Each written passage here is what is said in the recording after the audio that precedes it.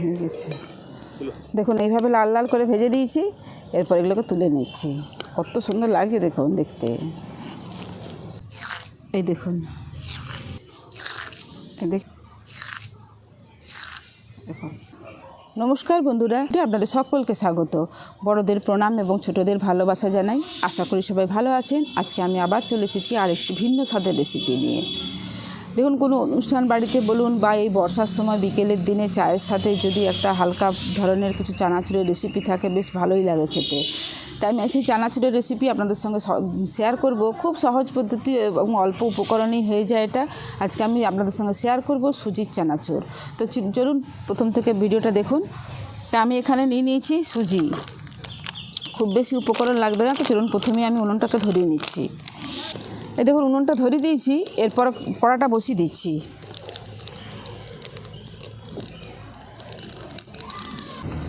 আমি এই বাটির মাপে সুজি নেব, তাহলে এই বাটির মাপেই আমি দিয়ে দিচ্ছি। 1 বাটি সুজি নেব, তাহলে এই বাটির মাপেই দিয়ে দিচ্ছি 1.5 বাটি জল। এই জলের মধ্যে দিয়ে দিচ্ছি পরিমাণ মতো নুন, দিয়ে দিচ্ছি 1/2 চামচ গোটা জিরে, 1 চামচের মতো জোয়ান। এই জোয়ানটা দিলে কি হয়, মানে স্বাদটাও ভালো হয়, আর তেলের জিনিস খেলে যাদের গ্যাস অম্বল হয় সেটাও কিন্তু ভালো হয়। দিয়ে দিচ্ছি 1 চামচের মতো সাদা তেল। দেখুন জলটা গরম হয়ে গেছে, আর আমি এখানে 1 বাটি সুজি নিয়েছি, সুজিটা দিয়ে দিচ্ছি।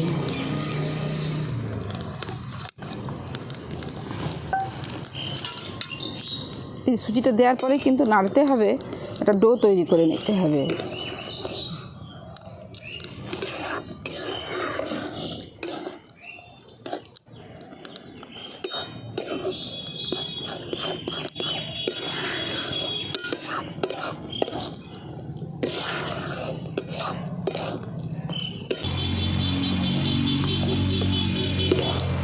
দেখুন ডোটা তৈরি হয়ে গেছে, আমি আর একটুখানি নেড়ে নিচ্ছি।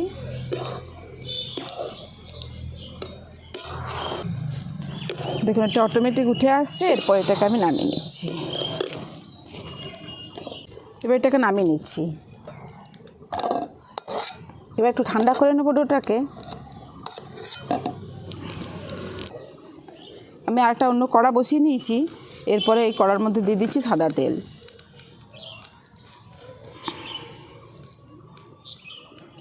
এই চানাচুর তৈরির জন্য প্রধান উপকরণ যে কারি পাতা। তো চলুন তেলটা গরম হতে হতে কারি পাতাটা তুলে নিয়ে আসি।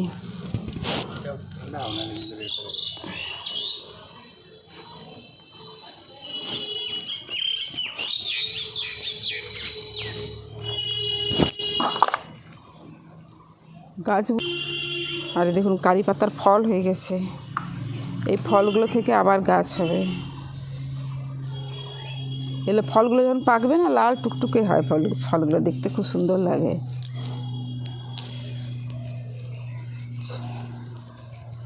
চলুন এগুলো হলেই হয়ে যাবে, এই এতগুলো হলেই হয়ে যাবে, আর লাগবে না।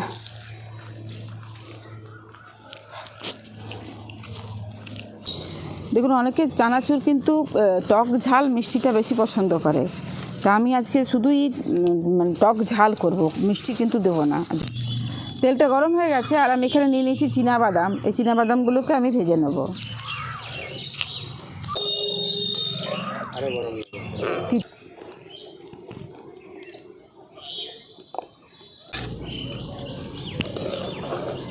দেখুন বাদামগুলো বেশ ভাজা হয়ে গেছে, এরপরে যেখানে কাজু বাদাম নিয়েছি, কাজু বাদামগুলো দিয়ে দিচ্ছি।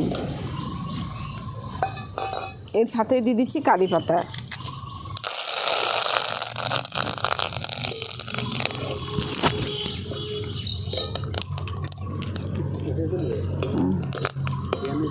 সব ভাজা ভাজা করে নিয়েছি, এরপর আমি এটাকে তুলে নিচ্ছি।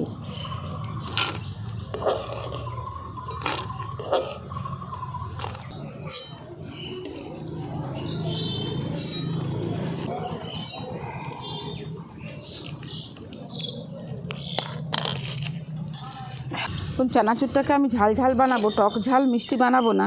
আর যদি কেউ মিষ্টি বানাতে চান তাহলে এর মধ্যে আপনারা কিশমিশকে ভেজেও দিয়ে দিতে পারেন। আমি শুধু কাজু বাদাম দিলাম। এরপর এর মধ্যে দিয়ে দিচ্ছি অল্প একটু গোলমরিচের গুঁড়ো। এই গরম থাকা অবস্থাতেই দিয়ে দেবো। বেশ টক ঝাল হবে, তার জন্য দিয়ে দিচ্ছি চাট মশলা।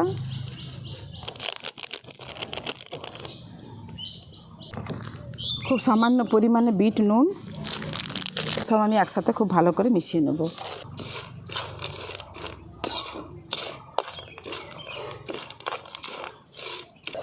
দেখুন এখানে ডোটাও কিছুটা ঠান্ডা হয়ে গেছে। এরপর আমি হাত দিয়ে ডোটাকে আরেকটু ভালো করে মেখে নিচ্ছি। দেখুন কত সুন্দর হয়েছে ডোটা, দারুণ সুন্দর দেখতে হয়েছে ডোটা।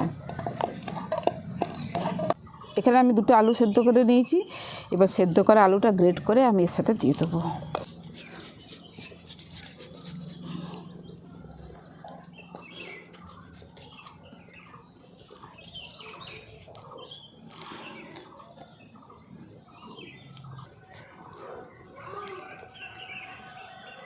দেখুন 2টো আলুকে গ্রেট করে দিয়ে দিয়েছি। এই আলুটা দিলে কি হয়, এই চানাচুরের এটার খুব বেশ ভালো মচমচে হবে, তার জন্য আমি আলু দিয়েছি। এরপর এগুলোকে খুব ভালো করে আমি একসঙ্গে মেখে নিচ্ছি। ডোটা আমার ভালো করে মাখা হয়ে গেছে। আর কত সুন্দর ডোটা হয়েছে দেখুন, দারুণ সুন্দর ডোটা মাখা হয়েছে। দেখুন আবার কড়াটা বসিয়ে দিয়েছি, আর তেলটা আছে, আর একটু তেলটা বেশি করে দিয়ে দিচ্ছি।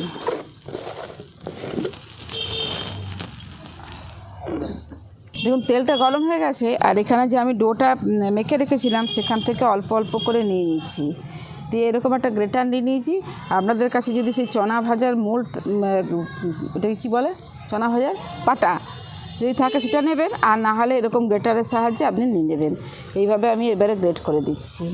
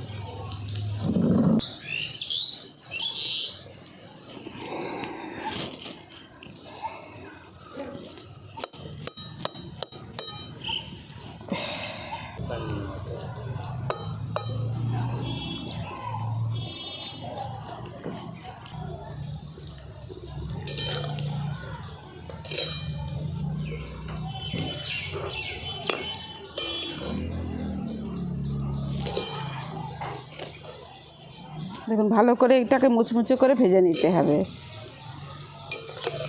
দেখুন কত সুন্দর হচ্ছে দেখুন। দেখুন খুব ভালো করে মুচমুচে করে ভেজে নিয়েছি। এরপর এটাকে আমি তুলে নিচ্ছি।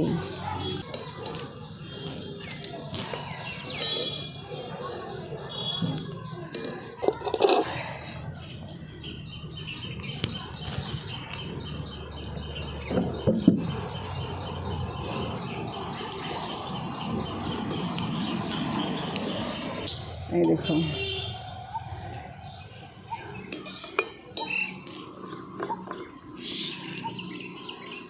দেখুন এইভাবে লাল লাল করে ভেজে দিয়েছি। এরপর এগুলোকে তুলে নিচ্ছি। কত সুন্দর লাগছে দেখুন দেখতে।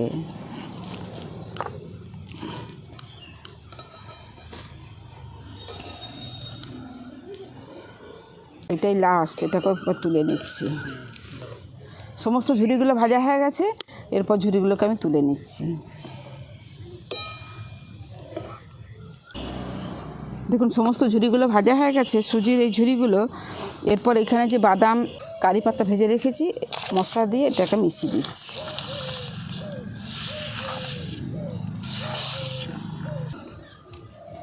এবার খুব হালকা হাতে এটাকে মিশিয়ে নিতে হবে, নাহলে কিন্তু ভেঙে যাবে সব। খুব হালকা হাতে এইভাবে মিশিয়ে নিতে হবে। দেখুন খুব হালকা হাতে আমি এটাকে মিশিয়ে নিয়েছি। তৈরি হয়ে গেল আমাদের সুজির মুচমুচে চানাচুর। আর কত সুন্দর হয়েছে দেখুন। হালকা হাতে সমস্ত কিছু মিশিয়ে দিয়েছি। এরপর কতখানি মুচমুচে হয়েছে আপনাদেরকে দেখাচ্ছি। এই দেখুন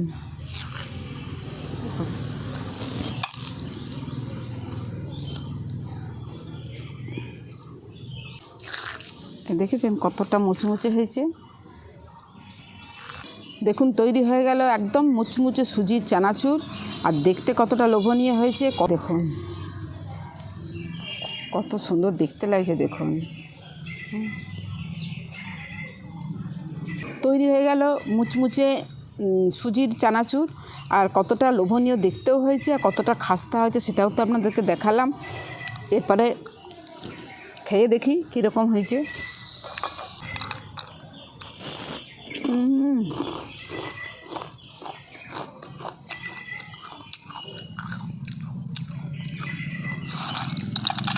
আওয়াজ শুনেই বুঝতে পারছেন কতটা মুচমুচে হয়েছে, আপনাদেরকে ভেঙেও দেখালাম।